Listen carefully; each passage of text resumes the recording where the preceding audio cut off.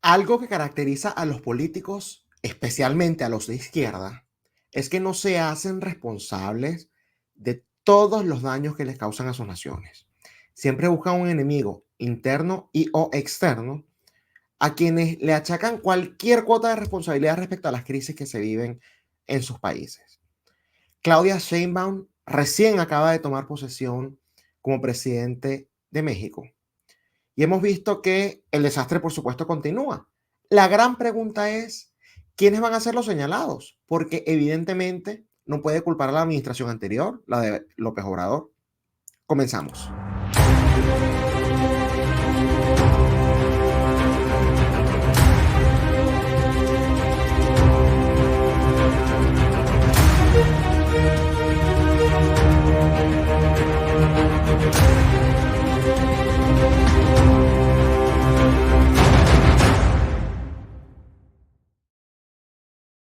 Bienvenidos a Giro a la Derecha con Esteban Hernández. Si quieres tener información actualizada en materia migratoria, te recomiendo que llames al abogado John de la Vega. John de la Vega es un abogado venezolano-americano especialista en el tema migratorio que ha ayudado mucho a la comunidad venezolana y latinoamericana acá en los Estados Unidos. Así que si tienes dudas sobre cualquier cuestión en materia migratoria, te recomiendo que llames al abogado John de la Vega al teléfono que se encuentra en pantalla o también le puedes escribir al correo electrónico que se encuentra en pantalla.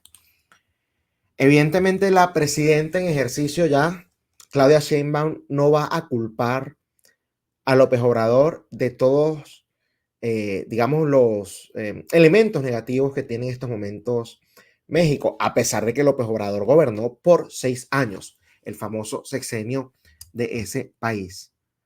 Y bueno, López Obrador durante su gobierno siempre estuvo hablando de las administraciones anteriores, del PRIAN, ¿no? Como le dicen a esa alianza que se hizo justamente entre los partidos del PRI y el PAN. Y lo que vemos es que, bueno, Sheinbaum va a tener que manejar esa situación porque no puede usar la misma estrategia, o capaz y si lo hace, porque así son descarados, pero en teoría no debería poder usar la misma estrategia de López Obrador al respecto. En esta primera semana ya han ocurrido varias cuestiones que son bastante alarmantes, aunque no son para nada sorprendentes. Y es que su primer fin de semana como presidente en ejercicio cobró en un México que está evidentemente inundado por la violencia, cientos de víctimas. En días recientes, por cierto, ya no el fin de semana, pero sí en días recientes, incluso cobró la vida de un alcalde del PRI a quien, bueno, los cárteles, que son los que azotan varias ciudades de México, por algo se le conoce como narcoestado, lo decapitaron y fue como una especie de premio, ¿no? Que pusieron en redes sociales, que difundieron, ¿no? A través de distintos medios, porque evidentemente se hizo noticia. ¿Y de qué anda pendiente la señora Claudia Sheinbaum? Por supuesto, de uno de los elementos más fundamentales para la implementación de los modelos del socialismo del siglo XXI, que es el famoso cambio de constitución, que López Obrador trató de hacerlo y no pudo hacerlo justamente por la existencia de una Corte Suprema que no está arrodillada en su totalidad a el partido Morena. Sin embargo, ya tienen mayoría absoluta en el legislativo, la reforma judicial fue pasada y esto muy pronto puede cambiar. Con esto me refiero a la Corte Suprema. Vamos a escuchar qué fue lo que dijo la presidenta de México. De la República es la modificación de 6 artículos a la Constitución Política de los Estados Unidos Mexicanos para protección e igualdad sustantiva de las mujeres. El artículo 4, el 21, 41, 73, 116 y 123. Y además 7 ordenamientos jurídicos, 7 leyes secundarias. Adelante. Entonces, en el artículo 4 se incorpora derecho a la igualdad sustantiva, que tiene que ver no solamente la igualdad de las mujeres y hombres frente a la ley, sino que además todas las leyes y todas las disposiciones en nuestro país tienen que considerar las particularidades de las mujeres y sus derechos humanos. A eso se refiere la igualdad sustantiva y queremos que quede en el artículo 4. Adelante. 21, 41 y 116. En el artículo 21 se dispone de manera particular que las instituciones de seguridad pública ajustarán sus actuaciones a la perspectiva de género. Imagínense ajustar las actuaciones de las instituciones a la perspectiva de género. ¿Qué significa eso? ¿Qué significa eso? Un país que está hundido en la violencia, que sigue siendo un narcoestado, porque justamente, y ya más adelante les voy a mencionar el caso con un poquito más de detalles del alcalde, ¿no? Al cual ya de manera superficial hice mención, pero en esto es en los que andan pendientes. El famoso progresismo, lo que algunos llamaron teorías conspiranoicas, ¿no? Lo de la Agenda 2030, que ahora es Pacto del Futuro, ¿es que se llama? Que ahora es Agenda 2045, ¿no? Pero en eso anda la presidenta recién en ejercicio, ¿no? De México. La misma previsión se establece en el artículo 116 para la Procuración de Justicia. Es decir, en seguridad y procuración de justicia tiene que establecerse la perspectiva de género en todas sus disposiciones. Y en el artículo 41 se establece la obligatoriedad de la paridad de género en la administración pública federal y estatal. O sea, no importa si tienes o no la experiencia, los requisitos necesarios para ejercer X posición en la administración pública. Si ya hay un hombre, entonces necesitas una mujer. A juro. Independientemente que quizás haya otro hombre más capacitado o al revés. Si hay una mujer, necesitas entonces un hombre, a juro. Independientemente de que haya una mujer más capacitada que el segundo hombre que contratarían, ¿no? Promoviendo la mediocridad. Es decir, que haya gabinetes paritarios. Quedará establecido en la Constitución. Adelante. Y después se establece también vida libre de violencia y lo que se llaman deberes reforzados con las mujeres. Quiere decir que no solamente es la aplicación de la ley, sino que tiene que haber particularidades por la discriminación, por la... Esto es algo que también siempre hacen, es desigualdad ante la ley. Vale más la vida de la mujer que la del hombre. Vale más la vida del negro que la del blanco. Vale más la vida del homosexual que la del heterosexual. Vale más la vida que el ateo que la del católico. Yo, en cambio, creo en la igualdad ante la ley. Ellos que tanto hablan de igualdad, yo creo en la igualdad ante la ley. Si yo vengo y asesino a alguien sin tortura, estoy hablando sin ir a detalles de lo que evidentemente sí pueden ser agravantes, porque eso sí está estipulado en la ley. Si hay tortura, si hay, digamos, ciertas situaciones, si por ejemplo, además del asesinato hubo robo, si hubo un secuestro, o sea, todo eso se toma en cuenta. Pero vamos a poner un escenario normal. Vengo yo y acabo con la vida de alguien, sea de una mujer, sea de un hombre, sea de una persona de color, sea de un indígena, de quien sea, de un homosexual, de quien sea. ¿Por qué la justicia tiene que ver si me condena a 5 años, a 10 años, a 15, a 20, dependiendo de las características de la víctima? Debería ser dependiendo de las características del crimen, como ya mencioné. ¿Bajo qué condiciones las cometí? ¿Hubo sufrimiento o no hubo sufrimiento? ¿Fue en defensa propia o fue agresión por algo de otro tipo, no? No, acá eso no importa. Vale más las vidas de las famosas minorías desprotegidas, ¿no?, que las de otros ciudadanos. Violencia que vivimos las mujeres, también las niñas y los niños.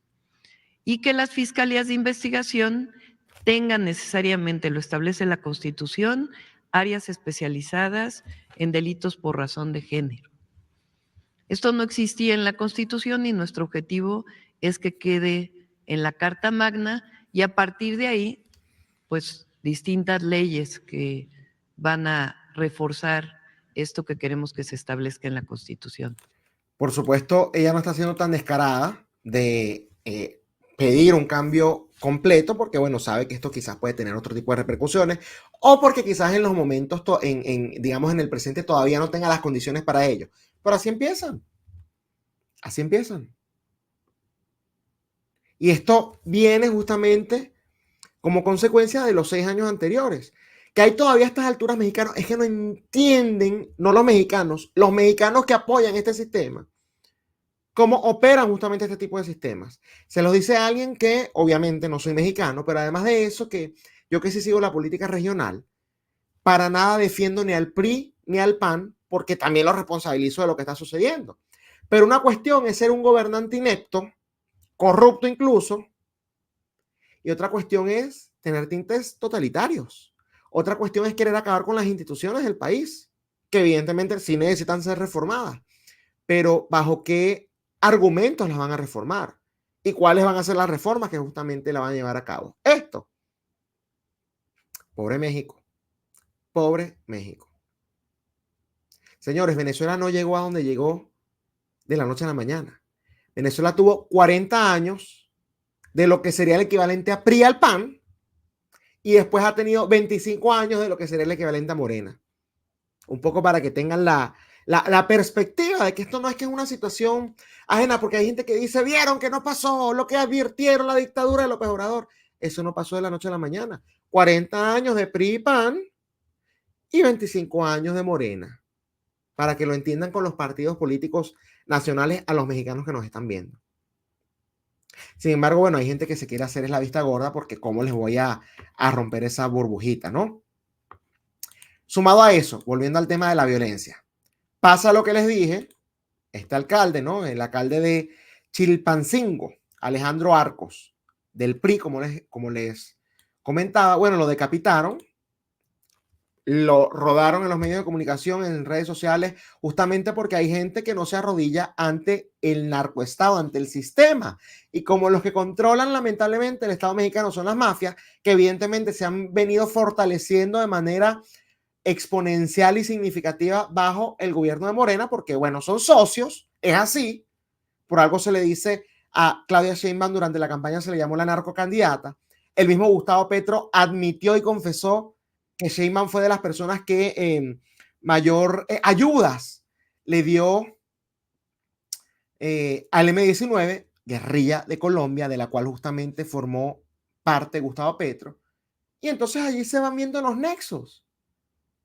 Aquí no hay ni siquiera que hacer especulaciones, no es que hay indicios, hay nexos claros y directos, sumados por supuesto a todos los indicios, a toda la degradación que ha habido, bueno, bajo la presidencia de Morena. ¿Respecto a qué? A darle más poder precisamente a estas estructuras criminales. Pero eso no acaba allí. Eso no acaba allí.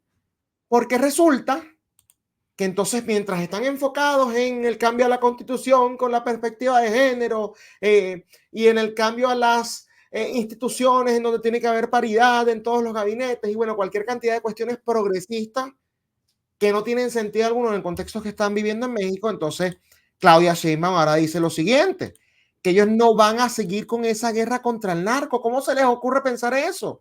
Porque es que los narcos resulta que son víctimas. No son victimarios, son víctimas del sistema. Y entonces cuando había esa guerra contra los narcos, la violencia era mucho mayor. No se puede llegar a esos extremos, dice la señora Claudia Sheinbaum, pero no lo escuchan de mis palabras, lo voy a poner en este video. Vamos a ir detalle a detalle. Dura 3 minutos, ¿no? Pero vamos a ir detalle a detalle en esta intervención de la presidenta mexicana. Lo primero que es muy importante es, no va a regresar la guerra contra el narco. Ya, esa es la frase que lo define todo. Lo primero que es importante, no va a regresar la guerra contra el narco. Pero bueno, seguimos para que ella explique y profundice a qué se refiere con eso. De Calderón. De Calderón, de Felipe Calderón. No buscamos ejecuciones extrajudiciales, que era lo que ocurría. O sea, la guerra contra los narcos no era llevarlos ante la justicia, sino ejecuciones extrajudiciales. Y yo pregunto, las ejecuciones que cometen precisamente los miembros de estos cárteles, los miembros de estas mafias, son llevadas ante la justicia. Porque yo lo que estoy viendo es cada vez mayor impunidad en México. Pero bueno, sigamos. Nosotros, ¿qué vamos a usar? Prevención, atención a las causas, inteligencia y presencia. Prevención, atención a la causa, inteligencia y presencia. En esta estrategia de 4 ejes. Atención a las causas, está aquí Estela. ¿Qué vamos a hacer adicional a lo que venía haciendo el presidente Andrés Manuel López Obrador? En la Ciudad de México hicimos un programa que se llamó Barrio Adentro. ¿Dónde haber escuchado ese nombre antes? Programa Barrio Adentro. Busquen Misión Barrio Adentro en Venezuela. Búsquenlo, porque hasta los nombres ni siquiera son originales para inventarse otra cosa. ¿En qué consistía? Todas las secretarías del gobierno de la ciudad se sumaron para ir a tocar casa por casa en los polígonos de mayor índice delictivo. ¿Qué objetivo tenía esto? Atender de manera integral a las familias. Si los niños y las niñas no iban a la escuela por alguna razón, resolvíamos ese problema.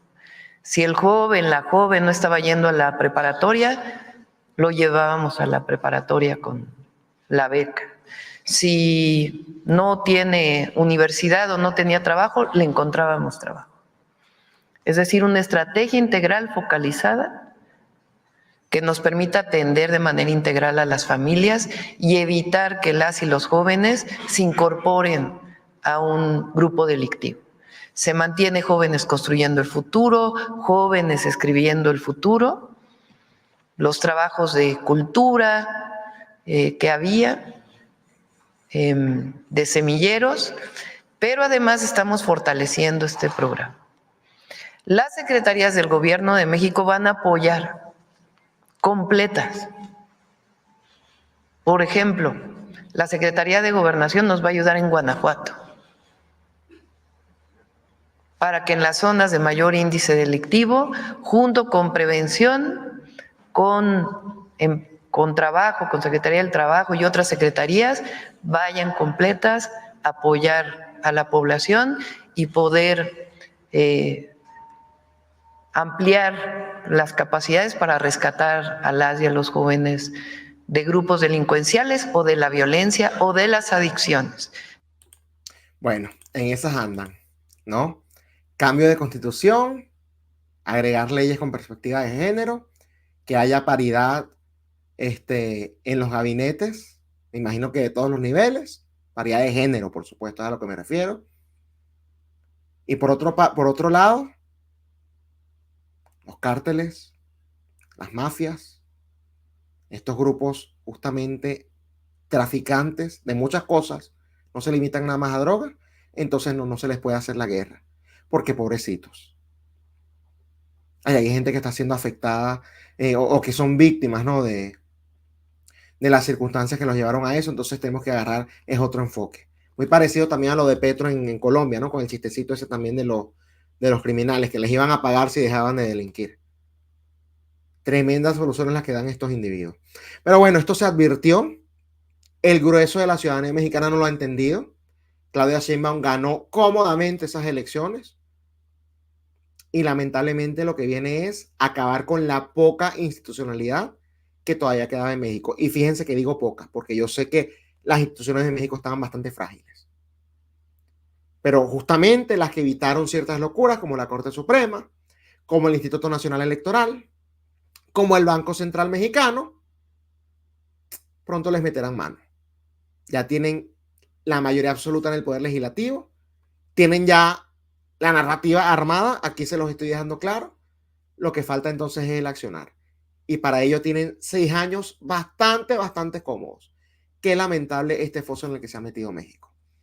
Les recuerdo a nuestra audiencia que si quieren estar bien informados, la mejor manera de hacerlo es suscribiéndose a nuestro canal de Telegram Contrapoder News. Se bajan la aplicación, colocan la barra de búsqueda Contrapoder News, acá tiene cómo se escribe, nada, clica al canal, clica a suscribirse y a partir de ese momento comienza a recibir las noticias como un mensaje directo para que esté siempre informado. También los invito a que nos sigan en nuestra cuenta de Twitter, @Contrapoder30, en la de Instagram, @Contrapoder3.0, y por supuesto que se suscriban acá al canal de YouTube, que además de suscribirse activen la campanita, denle like al video, comenten, que acá no censuramos a nadie, incluso si usted es un borrego de Morena, puede comentar, insultar, acá no se les va a ocultar los comentarios. Pero lo más importante de todo es que compartan este video con sus familiares y amigos, porque de esta manera ellos también pueden estar bien informados. Y recuerden que una persona bien informada es un voto menos para la izquierda. Ya regresamos con más de Giro a la Derecha. Nos vamos ahora a Chile con una muy interesante entrevista a Vanessa Kaiser, que nos va a estar hablando de algo que yo mencioné la semana pasada, esta guerra de encuestas. ¿Por qué de manera deliberada a Johannes Kaiser lo están excluyendo de las encuestas cuando más bien todo parece indicar que viene en crecimiento? Ya regresamos.